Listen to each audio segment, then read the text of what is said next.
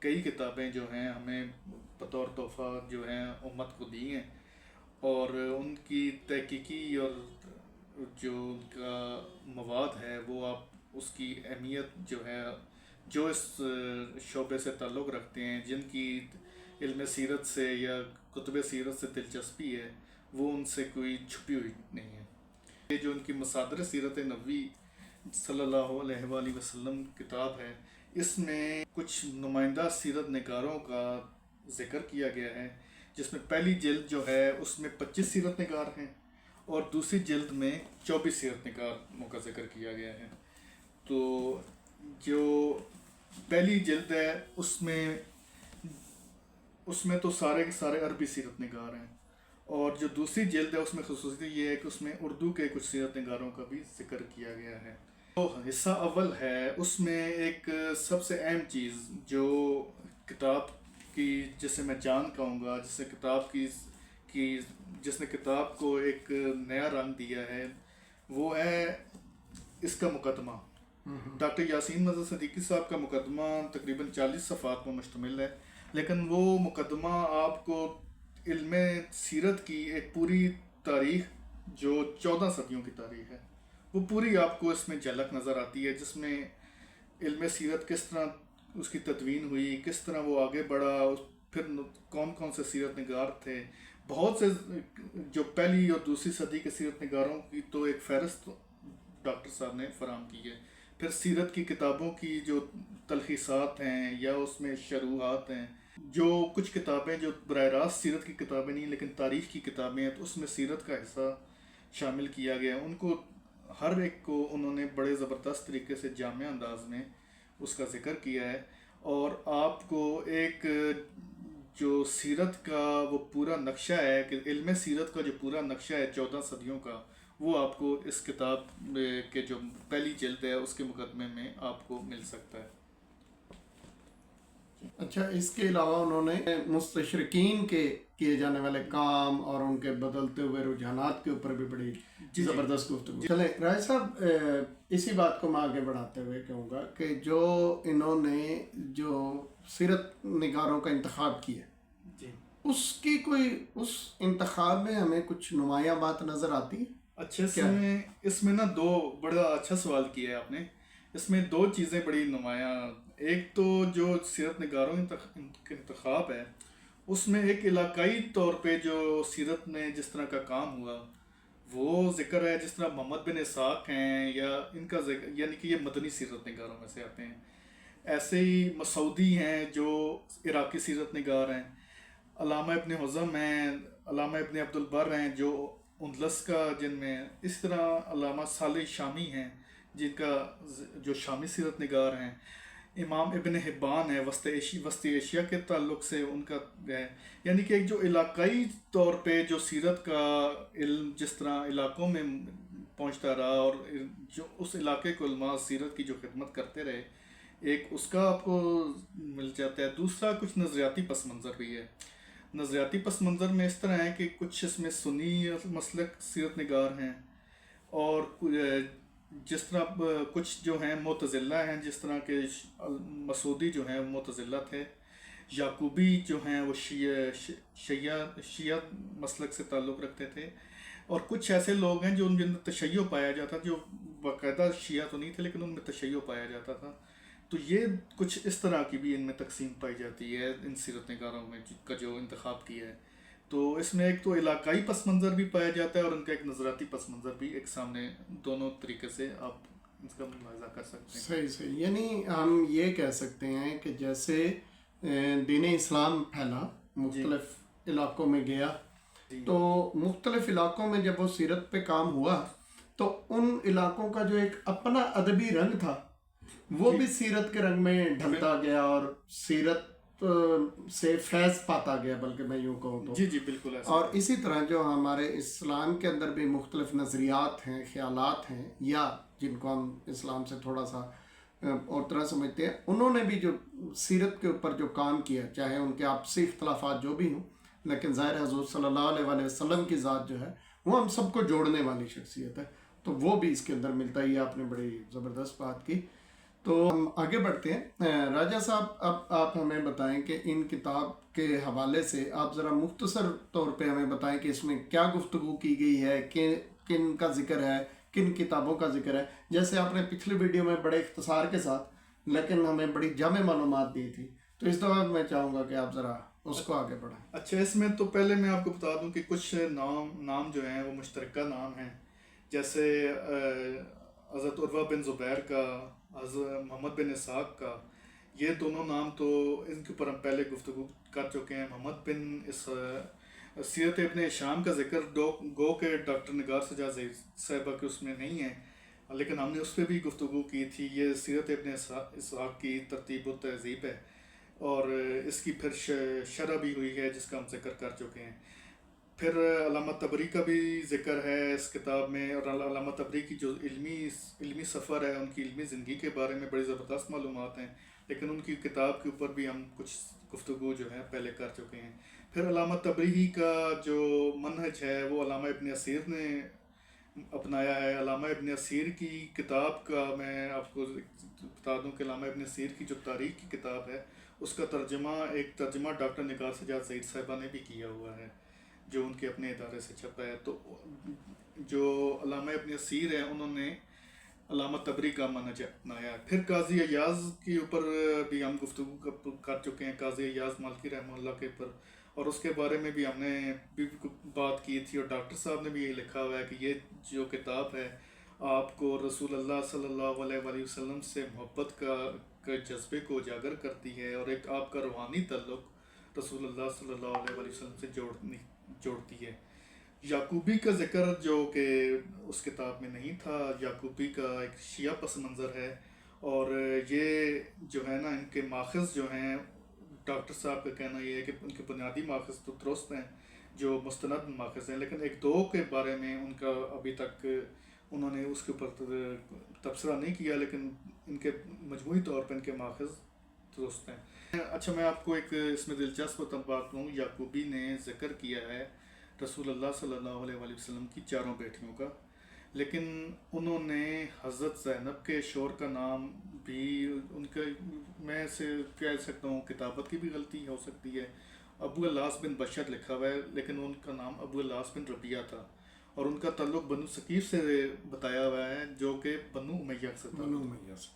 تو اس کے علاوہ جو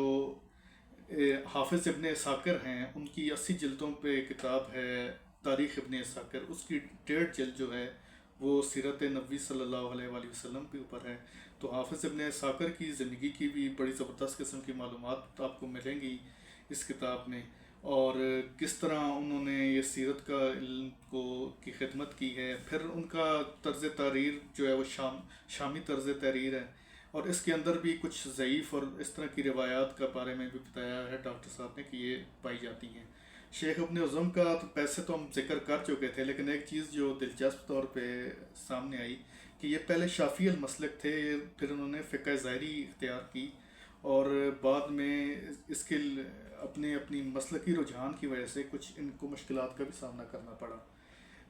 امام ابن الجوزی کا ذکر، کیونکہ اس میں وہ بھی ذکر ہے، امام ابن الجوزی کا ڈاکٹر نگار صاحبہ کی کتاب میں تو ذکر نہیں ہے، لیکن اس میں ذکر ہے، اور ان کی نا امام ابن الجوزی کی 2 کتابیں ہیں، الوفاء باحوال المصطفیٰ، اور اسی کا ایک ترجمہ خلاصۃ الوفاء کے نام سے اپنی تفصیلی کتاب کا انہوں نے خلاصہ بھی تحریر کیا تھا۔ اس کتاب کا اردو ترجمہ علامہ اشرف سیالوی صاحب نے کیا ہے، وہ بھی اب مل جاتا ہے۔ اور امام ابن جوزی کے بارے میں ان کے 2 بیٹے عالم، 3 بیٹے تھے اور 6 بیٹیاں تھیں، تو 3 بیٹوں میں سے 2 بیٹے عالم تھے اور 6 بیٹیاں بھی عالمہ تھیں علم حدیث میں ان کا ایک وہ۔ اور علامہ ابن جوزی کیونکہ ان کا نقد حدیث میں بھی بڑا ایک سخت قسم کے اصول تھے، لیکن ڈاکٹر صاحب بتاتے ہیں کہ ان کا جو سیرت کا کام ہے اس میں انہوں نے کافی وسعت کا مظاہرہ کیا ہے اس میں، کیونکہ سیرت کا جو علم ہوتا ہے، سیرت کی نگار جو ہے اس کا طریقہ محدثین کے طریقے سے تھوڑا مختلف ہوتا ہے، کیونکہ وہ تھوڑی سی تاریخی روایات کو ان کو جانچنے کا انداز ان کا محدثین سے مختلف ہوتا ہے۔ ٹھیک ہے، اس کے بعد حافظ ابو ربیع سلمان الکلائی کا بھی ذکر ہے. ان کی کتاب جو ہے وہ عہد نبوی اور خلفۂ راشدین دونوں کے ساتھ انہوں نے اس کو پرویا ہوا ہے. اور اس کے بعد حافظ کلائی جو ہیں وہ ایک ان کا علم کا دائرہ جو ہے، علم کی جو ان کے شعبے تھے وہ یعنی کہ کئی شعبوں کے عالم تھے اور صاحب سیف بھی تھے یعنی. اور اس کے علاوہ ایک جو اندلسی سیرت نگار ہیں ان میں حافظ کلائی کا ایک بڑا مقام پایا جاتا ہے. یہ تو پہلی جلد کی بات ہوگی. جہاں تک دوسری جلد میں 24 سیرت نگار ہیں، جس میں ایک امام محب الدین طبری کی جو کتاب ہے وہ مختصر سیرت میں ایک بڑی جامع کتاب ہے، جس میں ڈاکٹر صاحب بطن نے اس کے تبصرے میں بتایا ہے کہ اس میں کچھ کمزوریاں پائی جاتی ہیں، لیکن ایک مجموعی طور پہ ایک مختصر سے مختصر انداز میں جو سیرت کا نقشہ کھینچا جا سکتا ہے وہ امام محب الدین طبری کی جو کتاب ہے اس کو ایک بڑی اہمیت حاصل ہے. ویسے ایک کتاب میں کمزوری تو ظاہر ہے ایک ہوگی. جب اتنی عظیم و شان شخصیت کا ذکر آپ مختصر کریں گے تو کچھ نہ کچھ تو آپ کو چیزوں سے تھوڑا سا وہ کرنا پڑے گا. بالکل درست ہے، بالکل درست بات ہے. مختصر کیا، جو اس میں تو میں یہاں تک کہوں گا کہ بڑی بڑی جلدوں میں بھی اگر اس شخصیت کا ذکر کیا جائے تو تب بھی اس میں تشنگی قائم رہے گی. بالکل. علامہ ابن کثیر کا ذکر ہم ڈاکٹر نگار صاحبہ کی کتاب میں بھی کر چکے ہیں. تو ان کا بھی بارے میں یہ ہے کہ وہ مجاہد بھی تھے اور اس کے بعد خطیب بھی تھے. پھر اس کے بعد امام ابن سید الناس کا بھی ذکر ان کی کہ جو ایک ان کی بھی 2 کتابیں ہیں. ایک ان کی کتاب تفصیلی کتاب ہے اور ایک ان کی کتاب تلخیص ہے، نور العیون کے نام سے ان کی تلخیص ہے، عیون الاثر کے نام سے ان کی مفصل کتاب ہے. نور العیون کا ترجمہ ڈاکٹر یاسین مدد صدیقی صاحب نے بھی کیا ہے، کیونکہ نور العیون کا ترجمہ شاہ ولی اللہ نے فارسی میں کیا تھا اور اس فارسی ترجمے کو سامنے رکھ کے ڈاکٹر یاسین مدد صدیقی صاحب نے اس کا اردو ترجمہ بھی کیا ہے. اس کے بعد امام ذہبی کا ذکر ہے. امام ذہبی کیونکہ فن حدیث میں اور علم رجال میں کسی تعارف کے محتاج نہیں ہیں، تو ان کی تصنیف کا بھی ذکر ہے. اس کے علاوہ علامہ ابن قیم الجوزیہ کی زاد المعاد کے اوپر بڑی زبردست گفتگو کی گئی ہے. اس کے مختلف گوشوں پر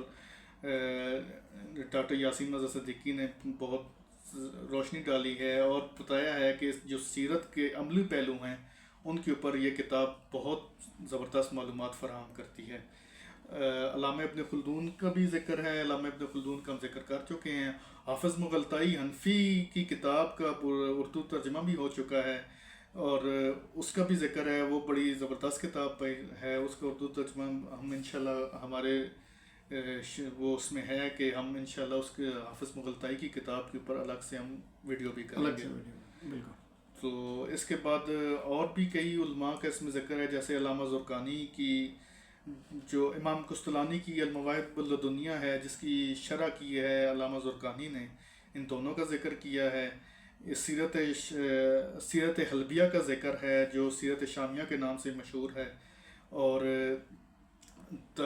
تاریخ خمیس میں جو سیرت کے مختلف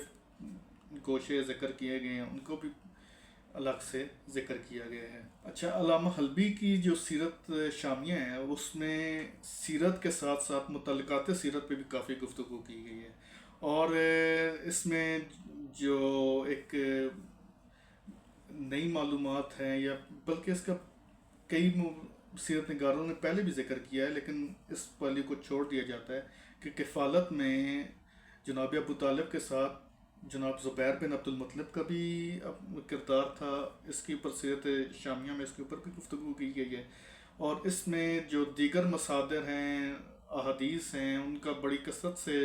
اس سے استفادہ کیا گیا اور اس سے سیرت کا کوئی بھی طالب علم اس سے جو ہے مستغنی نہیں ہو سکتا. اچھا راجہ صاحب، یہ تو آپ نے بتا دیا جو مختلف علاقوں میں، شام میں، اندلس میں، عراق میں اور مختلف علاقوں میں جو عربی زبان میں سیرت پر کام ہوا، لیکن آپ نے اپنی گفتگو میں یہ بھی بتایا تھا کہ ڈاکٹر صاحب نے ذکر کیا ہے برِ صغیر میں جو اردو میں سیرت کے اوپر کام ہوا ہے ان کتب کا بھی اور سیرت نگاروں کا بھی ذکر کیا. تو اس حوالے سے ہمیں تھوڑے سے بتائیں. جی ڈاکٹر صاحب درست فرما رہے ہیں. اس میں اردو میں بھی متعدد سیرت نگاروں کا ڈاکٹر صاحب نے ذکر کیا ہے، جس میں نواب صدیق حسن خان بھوپالی کا ذکر ہے. ان کی شمائم الانبیاء کتاب ہے، اس کے بارے میں کافی زبردست، یہ ایک مختصر سا رسالہ ہے لیکن کیونکہ اس میں معلومات کافی زبردست ہیں اور یہ میلاد ناموں کے اس کے اوپر لکھا گیا ہے، تو یہ ایک اس کی اپنی اہمیت ہے. اور سب سے بڑی علامہ شبلی نعمانی کی سیرت النبی کے اوپر جو ہے اس کے بارے میں بھی جو آپ اس کے تو خیر سے الگ سے نشستیں بھی ہیں، اس پہ تو الگ سے نشست میں بھی گفتگو کی جا سکتی ہے. اس کے تو ہمیں کئی گھنٹے چاہیے اس کے اوپر گفتگو کرنے. بہت جانے کا بہت جانے کا. اور اس سے سیرت النبی جو علامہ شبلی کی سیرت النبی ہے اس کی اہمیت سے تو کوئی انکار نہیں کر سکتا. اور جو اب علامہ شبلی کے بارے میں آپ کو، کیونکہ یہ خود ندوہ سے فارغ التحصیل تھے تو شبلی نعمانی سے ان کا رشتہ اس لحاظ سے بھی بڑا قریبی بنتا ہے، علمی لحاظ سے. تو علامہ شبلی کا تعارف بھی آپ کو بڑا زبردست اس میں مل جائے گا. لیکن علامہ شبلی ابھی اس کے اوپر کام کر رہے تھے کہ ان کا انتقال ہو گیا، تو پھر ان کے شاگرد سید سلیمان ندوی نے اس کام کو آگے بڑھایا. اور سید سلیمان ندوی کا کئی معاملات پر، کئی نظریاتی طور پر علمی اختلاف تھا اپنے استاذ مولانا شبلی نعمانی سے، تو ان کا بھی انہوں نے اپنی سیرت میں حاشیے میں اس کا ذکر کیا ہے. اور بلکہ ڈاکٹر صاحب نے تو ایک زبردست سید سلیمان ندوی کی حیثیت انہوں نے، جیسے جو حیثیت عربی میں ابن ہشام کو حاصل ہے، جس طرح انہوں نے ابن اسحاق کا کام آگے بڑھایا اور اس کی اہمیت بڑھ گئی، اسی طرح جو سیرت کا کام سید سلیمان ندوی نے آگے بڑھایا، اس لحاظ سے سید سلیمان ندوی کو انہوں نے ابن ہشام کہا ہے سیرت، اردو کی سیرت نگاری میں. بہت بڑی بات ہے. جی بڑی بات ہے. اور اس کے بعد قاضی سلیمان منصور پوری کی کتاب کا ذکر ہے. قاضی سلیمان منصور پوری کی بھی زندگی کا تعارف بھی، علمی زندگی کا تعارف بھی آپ کو مل جائے گا، کیونکہ وہ اصطلاحی لحاظ سے انہوں نے ڈاکٹر صاحب نے بتایا ہے کہ وہ عالم نہیں تھے. وہ یعنی کہ اپنے علم و فضل کے باعث علماء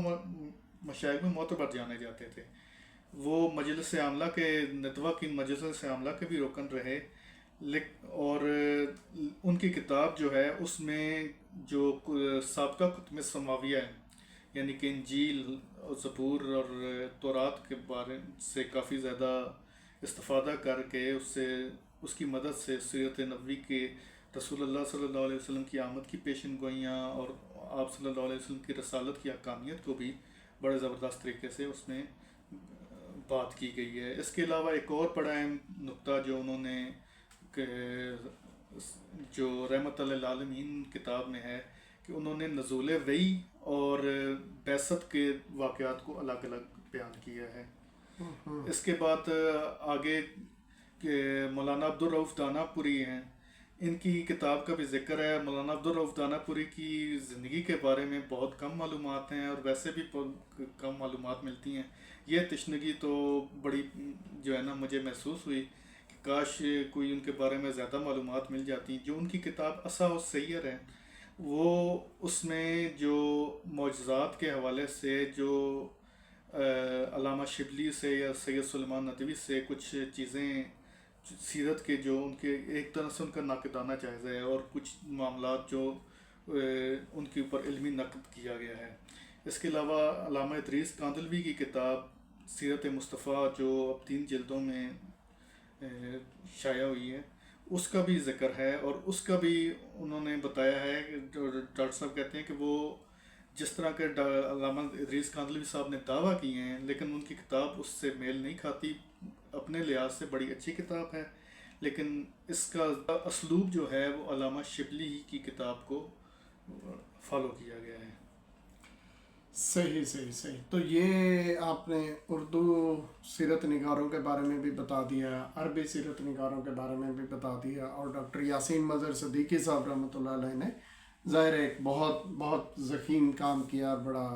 اور یہ جیسے آپ نے شروع میں بات کی تھی کہ ان کا کام میں یہ تو چلیں کتب ہم ڈسکس کر رہے ہیں، آگے انشاءاللہ ہم ان کی اور بھی کتابیں جو سیرت کے اوپر ہیں وہ ڈسکس کریں گے۔ میں بھی آج کل ان کی ایک کتاب پڑھ رہا ہوں سیرت کے اوپر،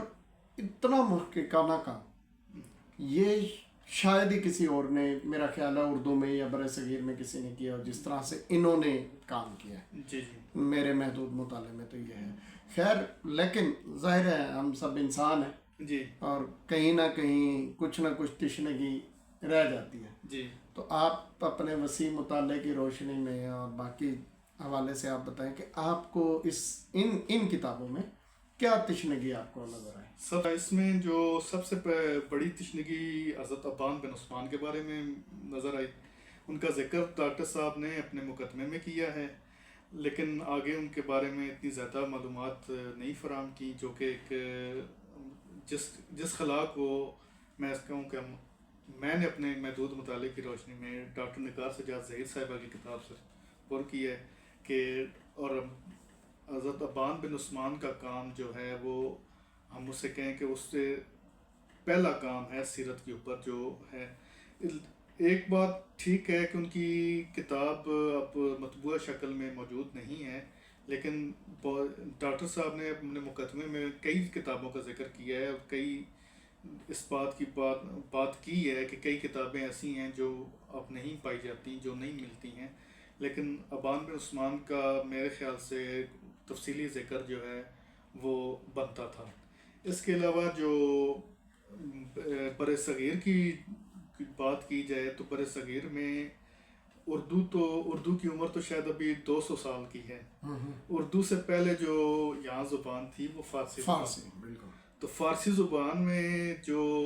اس کے سیرت کے اوپر کام ہوا ہے اس کا ذکر ڈاکٹر صاحب نے نہیں کیا، حالانکہ ڈاکٹر صاحب نے، میں آپ کو بتا چکا ہوں کہ شاہ ولی اللہ کا ترجمہ فارسی ترجمے کی خود اردو ترجمہ کیا ہے نور العیون کا، اور سب سے بڑا اہم نام شیخ عبدالحق محدث دہلوی کی مدارج النبوہ جو ایک 2 جلدوں میں جس کا 2 جلدوں میں اردو ترجمہ ہوا ہے، تو بڑی ضخیم کتاب ہے سیرت کے حوالے سے، اور آپ کہیں کہ اس کا ایک ریفرنس بک کے طور پہ بھی استعمال ہوتی ہے اس کا ذکر۔ یعنی کہ میں سمجھتا ہوں کہ جو بڑی تشنگی پائی جاتی ہے کہ جو فارسی میں جو یہاں کام ہوا ہے بر صغیر کا، اگر اس کے اوپر کچھ ڈاکٹر صاحب گفتگو کر چاہتے تو یہ ہماری ایک طرح بر صغیر کی جو علمی تاریخ ہے اس کا بھی ایک نقشہ جو ہے ہمارے سامنے آ جاتا۔ پھر اردو میں مجھے اس میں جو سب کچھ کتابوں کا انہوں نے جو ذکر مقدمے میں کیا، جیسے شیخ اشرف علی تھانوی کی النشر الطیب ہے یا مولانا مناظر احسن گیلانی کی النبی الخاتم ہے، ان کا تو ذکر ہے لیکن تفصیل سے آگے انہوں نے ذکر نہیں کیا۔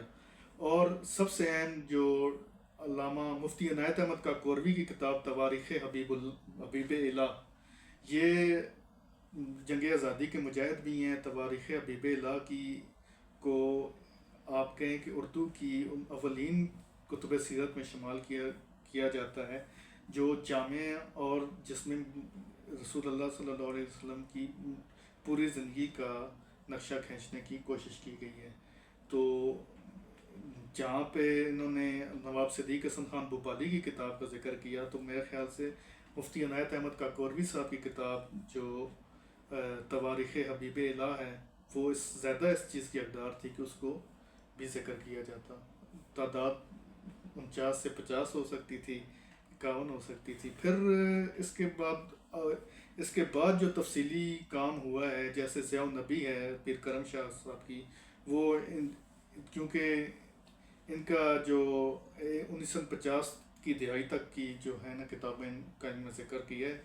تو آگے ڈاکٹر یاسین نظر صدیقی صاحب کا ایک اور کتابچہ ہے جدید سیرت نگاری، اردو کی جدید سیرت نگاری کے متعلق، جس میں انہوں نے جو اس کے بعد کا کام ہوا ہے، اس کے بعد کا آپ کہیں کہ اس کی وہ کیونکہ مختصر کتاب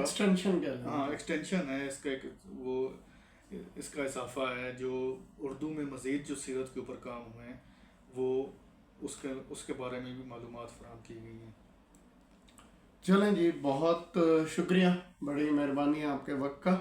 آپ نے ہماری معلومات میں گراں قدر اضافہ کیا۔